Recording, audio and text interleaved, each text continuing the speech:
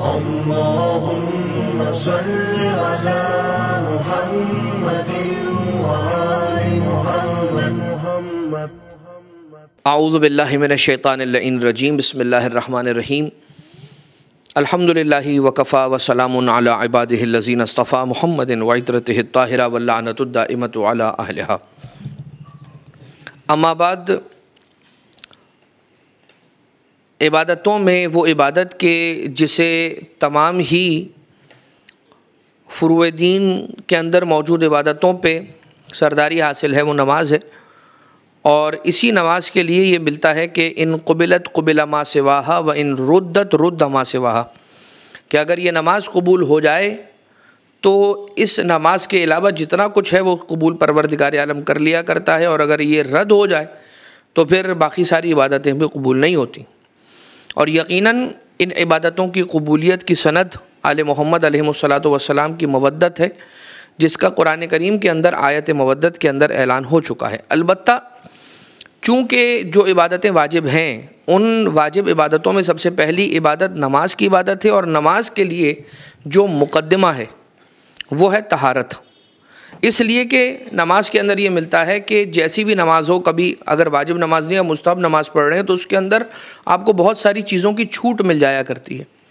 लेकिन मुस्तहब नमाज़ें, कि जिन मुस्तहब नमाज़ों के अंदर बहुत सारी चीज़ों की आपको रुख़सत मिल जाया करती है, उसके अंदर भी दो चीज़ों की रुख़सत आपको कभी नहीं मिलेगी।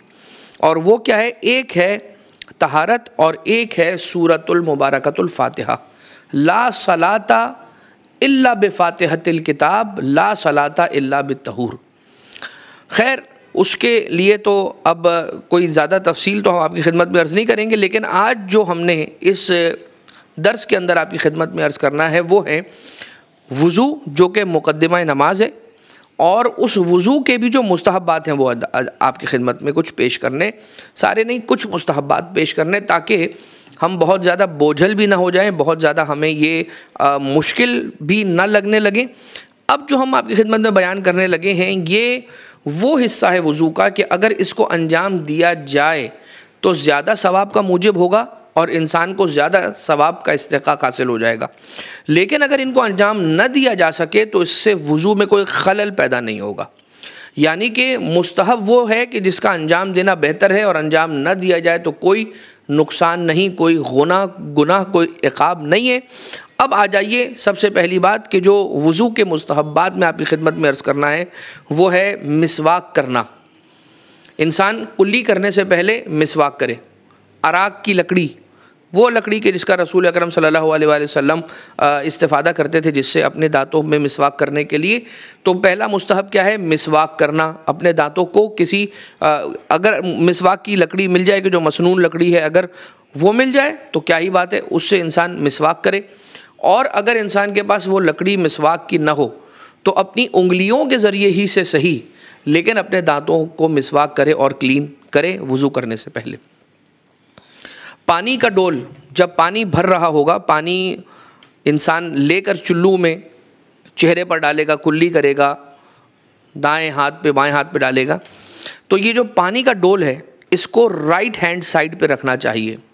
लेकिन अगर, अच्छा ये तो रिवायतों के अंदर आया है, इसी वजह से ये कहा गया, लेकिन अगर कोई शख्स पानी का डोल इस्तेमाल ना कर रहा हो, यानी पानी का ज़र्फ़ और कंटेनर यूज़ ना कर रहा हो, बल्कि वो टैप से पानी को यूज़ कर रहा हो, टैप वाटर से जो पानी आ रहा है उससे इस्तेफादा करते हुए वज़ू कर रहा हो, तो कोशिश ये करे कि उस टैप को अपने राइट हैंड साइड पर रखे, यानी टैप से ख़ुद को लेफ़्ट साइड पे रखे, टैप को राइट साइड पे रखे और पानी भर के इस्तेफादा करे और वज़ू करता चला जाए।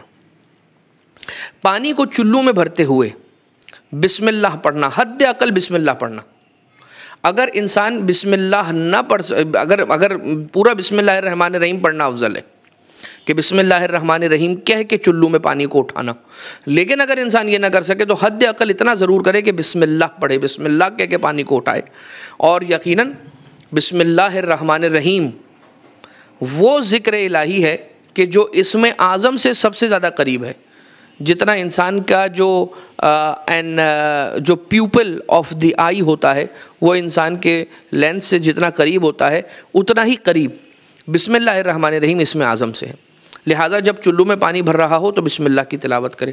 इसके अलावा मसनून दुआएं या ये कहें कि मासूरा दुआएं, वो दुआएं के जिन दुआओं की तालीम हमें आइम्मा मासूमीन अलैहिमुस्सलातु वस्सलाम ने फरमाई है कि जब कुल्ली करो, जब पानी पे निगाह करो तो ये दुआ पढ़ो, जब पानी को अपने दहन में डालो कुल्ली करने के लिए तो ये दुआ पढ़ो, जब नाक में पानी डालो तो इतनी ये दुआ पढ़ो, जब चेहरे पर पानी डालो तो ये दुआ पढ़ो, जब हाथों को धोने के लिए पानी को डालो तो फिर ये दुआ पढ़ो, जब सर का मसा करने लगो तो ये दुआ पढ़ो, जब पाँव का मसा करो तो ये दुआ पढ़ो।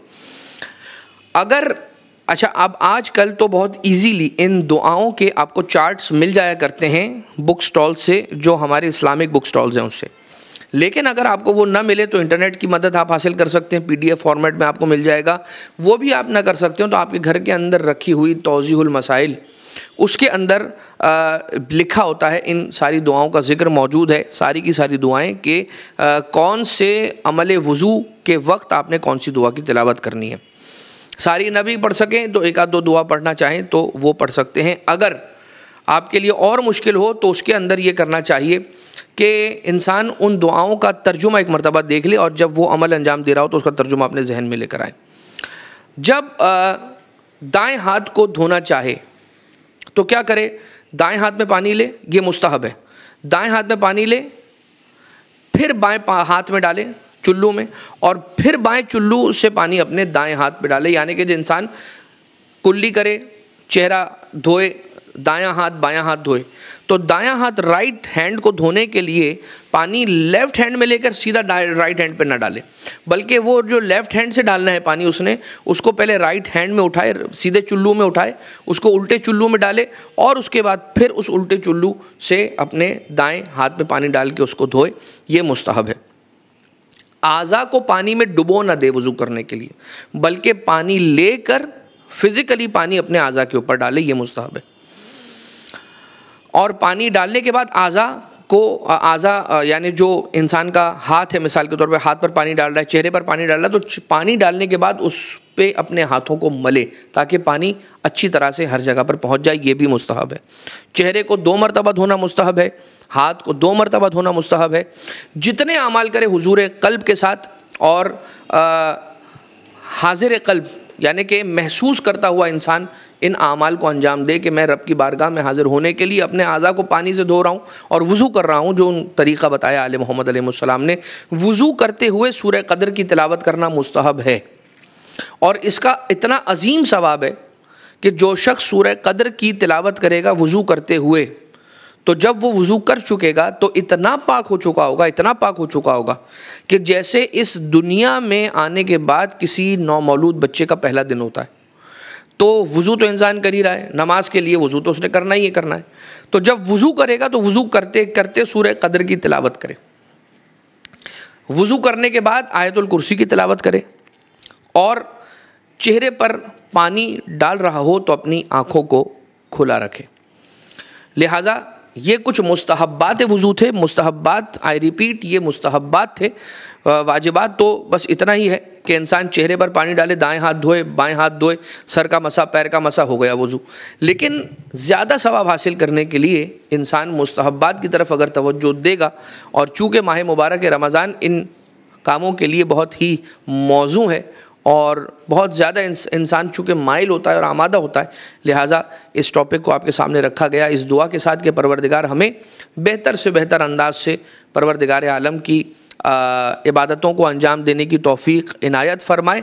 वज़ू बहरहाल ऐसा नहीं है कि सिर्फ़ इंसान नमाज के लिए कर सकता है, बल्कि अगर इंसान चाहे तो नमाज के अलावा भी इंसान हर वक्त वज़ू में रह सकता है, जैसा कि रिवायतों के अंदर आया है। और इसके अलावा ये कि इंसान वज़ू करने के लिए जा रहा है, अभी नमाज ज़ोहरैन पढ़ चुका है, लेकिन नमाज ज़ोहरैन के बाद मगरिबैन का जब मौका आया तो अब भी वो वज़ू से था, तो अब उसे क्या करना चाहिए? एक और वज़ू करना चाहिए या उसी वज़ू पे के साथ जो है वो नमाज मगरिबैन पढ़े? चाहे तो इसी तरह से भी कर सकता है, लेकिन अगर वज़ू पर एक और वज़ू करेगा तो उसके लिए फिर ये रिवायत और हदीस मिलती है, अल वज़ू ओ अलल वज़ू ए का नूर अलल नूर, कि एक वज़ू दूसरे वज़ू पर ऐसा है कि जैसे एक नूर पर एक और नूर है।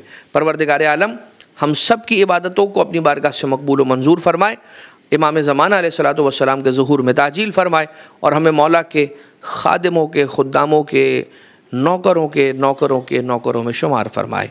रब्बना तक़ब्बल मिन्ना इन्नका अंतस समीउल अलीम बिजाह मुहम्मदिन व आलिहि तय्यबीन अत्ताहिरीन। अल्लाहुम्मा सल्लि अला मुहम्मदिन